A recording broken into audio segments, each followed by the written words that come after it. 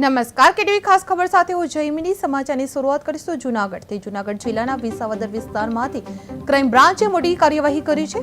Visavadar police સ્ટેશનની હદમાંથી ભારતીય બનાવટના વિદેશી દારૂની વિવિધ નાની મોટી બોટલો તથા બિયર મળી કુલ 1956 નંગ મુદ્દામાલ ઝડપી લેવામાં આવ્યો છે, જેના મૂલ્ય રૂપિયા 5,95,680 થાય છે। અન્ય સામાન સાથે કુલ રૂપિયા 6,16,650 નો મુદ્દામાલ જપ્ત કરવામાં આવ્યો છે। આ કામગીરી દરમિયાન સુનિલ ભીમાભાઈ કોડિયાતર અને કારાભાઈ નગાભાઈ સિંગલને પકડી પાડવામાં આવ્યા છે અને તેમના વિરુદ્ધ વિસાવદર પોલીસ સ્ટેશન પ્રોહિબિશન ધારા હેઠળ ગુનો નોંધાયો છે। આ ગુનામાં સંડોવાયેલા અન્ય આરોપીઓ રાજુ ગોગનભાઈ સામડા, ચના રાનાભાઈ મોરી, ઋત્વિક ભીમાભાઈ કોડિયાતર અને લાખા પૂના રબારની શોધખોળ માટે પોલીસે તજવીજ શરૂ કરવામાં આવી છે। ક્રાઇમ બ્રાન્ચની આ કાર્યવાહી બાદ સમગ્ર વિસ્તારમાં દારૂના ગેરકાયદેસર ધંધા અંગે ચર્ચા જાગૃત થઈ ગઈ છે।